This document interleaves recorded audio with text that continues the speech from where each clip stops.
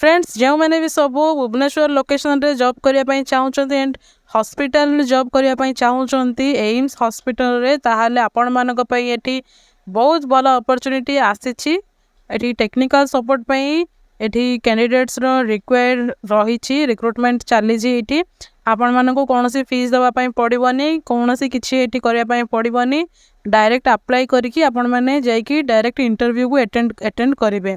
तो ये interview date भी आपण मानक प्रोवाइड करा दिया जाइछि केबे एंड केउ समय रे केउ जगह जाइकी पहुँचे सबकिछि डिटेल्स आपण माने ए वीडियो माध्यम रे पाई जिवे। तो चलतु डिटेल्स टी को देखि नेबा कौन वैकेंसी सहित कौन कौन सब काम रहिबो एंड आपण मानकर क्वालिफिकेशन कौन रहिबो से विषय रे आमे आज ए वीडियो माध्यम रे डिटेल्स जानिबा एंड वीडियो टी को शेष पर्यंत देखंतु जहाँ द्वारा आपण माने सब किछि डाउट क्लियर हे परिबे एंड किभଳି ଭାବରେ अटेंड भी करेंगे किभଳି ଭାବରେ अप्लाई करने सहित सबकि डिटेल्स आपण मैंने ये वीडियो माध्यम जानीपारे। तो चलतु डिटेल्स टी को देखि नेबा एंड वीडियो टी को मो माध्यम शेयर भी करने को जमार भी भूलिबेनी।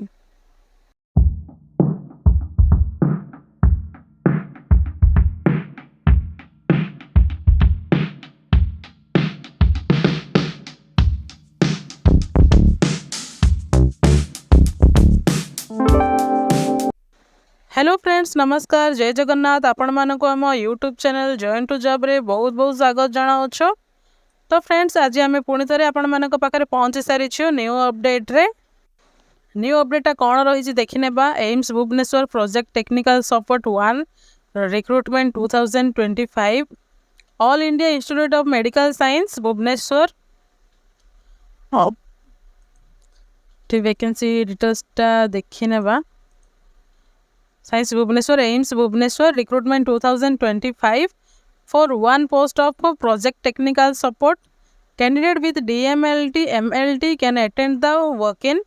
The work-in on 23 April 2025. For detailed information, please visit AIMS Bhubaneswar official website aimsbhubaneswar.nic.in. Name of the post AIMS Bhubaneswar Project Technical Support Work-in 2025. Total vacancy देखिबा ताहले गोटिए पोस्ट रही ब्रीफ इनफॉरमेशन देखि नेबा All India institute of medical science Bhubaneswar AIIMS Bhubaneswar has announced a notification for the recruitment of project technical support vacancy. Those candidates who are interested in the vacancy details and completed all eligibility criteria can read the notification and attend the interview.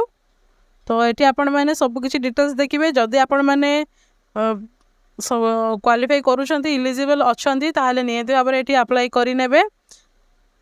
AIIMS Bhubaneswar recruitment 2025 notification overview. The All India Institute of Medical Science Bhubaneswar AIMS Bhubaneswar has officially released a recruitment notification for project technical support. For all detailed regarding the recruitment process, eligibility and the application procedure, refer to the official notification. Eligible candidate can download it from the link below. तो ये आपण मैंने जदि सबकि जानापी चाहते ताल description box check करेंगे से आपण मानक एप्लिकेशन लिंक भी मिल जाव। तो ये देखु एप्लिकेशन फीस देखा तार नॉट मेंशन रही date of work in interview रही 23 एप्रिल 23 रे वर्क इन इंटरव्यू रही आपण मानक जाइए अटेंड करने पड़ो इंटरव्यू को 2 PM रे आपण मानकर इंटरव्यू हम 23 तारीख एप्रिल रे। तो मन रखु यही मसरे ही हम AIIMS Bhubaneswar recruitment 2025 age limit देखा ताले आपण मानक 28 इयर्स आपण मानक माने 28 इयर भितर रही नियति दरकार। क्वालिफिकेशन रे आपण मानकर DMLT MLT जेकोसी भी क्वालिफिकेशन रहिले हम गोटे पोस्ट रही। तो चलतु पुणी डिटेल्सटा देखि नेबा।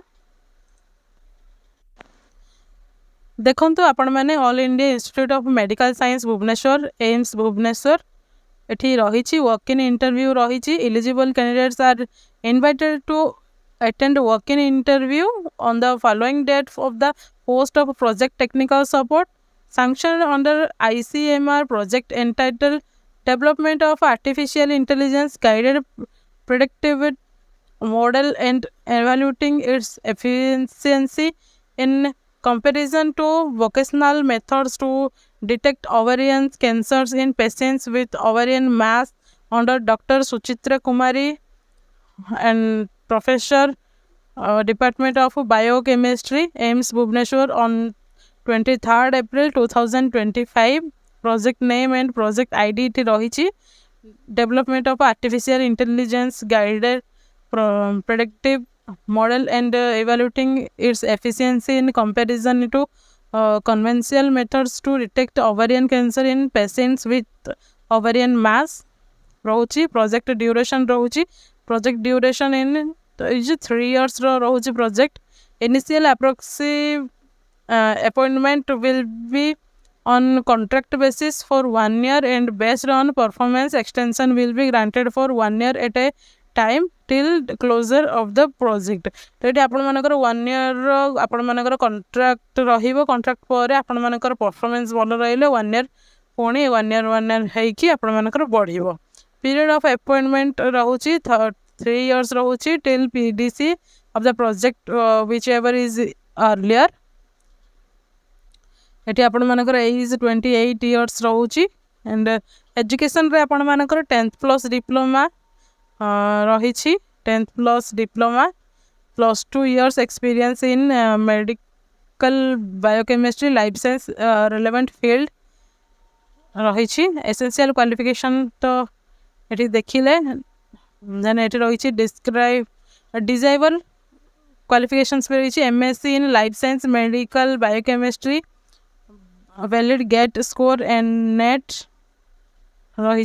की स्किल्स आपण मानकर दरकार ability to carry out laboratory experiments sample processing for RT-PCR gene expression studies mutation analysis perform gel electrophoresis ELISA biochemical measurements etcetera ability to communicate in English Hindi and Odia रही. तो ये जॉब आपण मान टाइटल रोचे project technical support रही.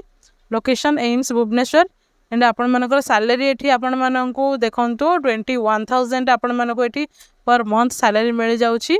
Core responsibility देखिबा sample collection and storage रहुची. Date of interview 23rd April रही 2 PM रे seminar room department of biochemistry first floor academic block AIIMS Bhubaneswar रहुची. तो प्रोजेक्ट इन्वेस्टिगेटर रहउछंती डॉक्टर सुचित्रा कुमारी मैडम रहउछंती प्रोफेसर ऑफ बायोकेमिस्ट्री एंड तांको ईमेल आईडी भी एठी ऑफिशियल रही biocham_suchitra@aimsbhubaneswar.edu.in रे आपण माने कांटेक्ट करि परिबे. तो फुल डिटेल्स टी पाई सारिले एही ऑफिशियल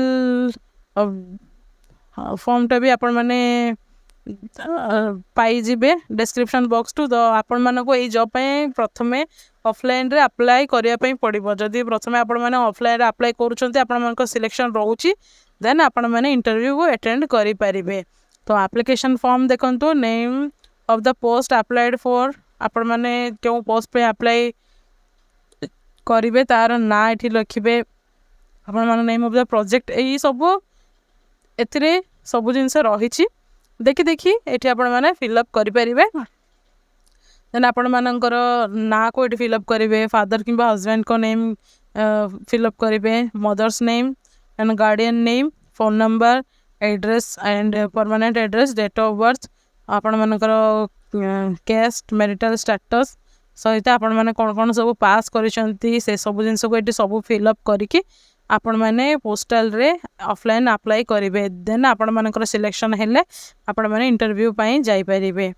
तो बुझी सारिले आपण माने सब किछि जिंस जदि भी किछि डाउट थाए ताहाले कमेंट सेक्शन रे निहात भाबरे जणाइबे. आमे आपण मानक पई अवेलेबल रही 24/7. तो पुणी थरे आमे एबोल भाबरे न्यू जॉब रो न्यू अपडेट रे पुणी आपण मानक पाखरे पहुंची जिवो. से पर्यंत आपण माने अपडेट हेकी रहंतो. रहउछु. नमस्कार. जय हिंद.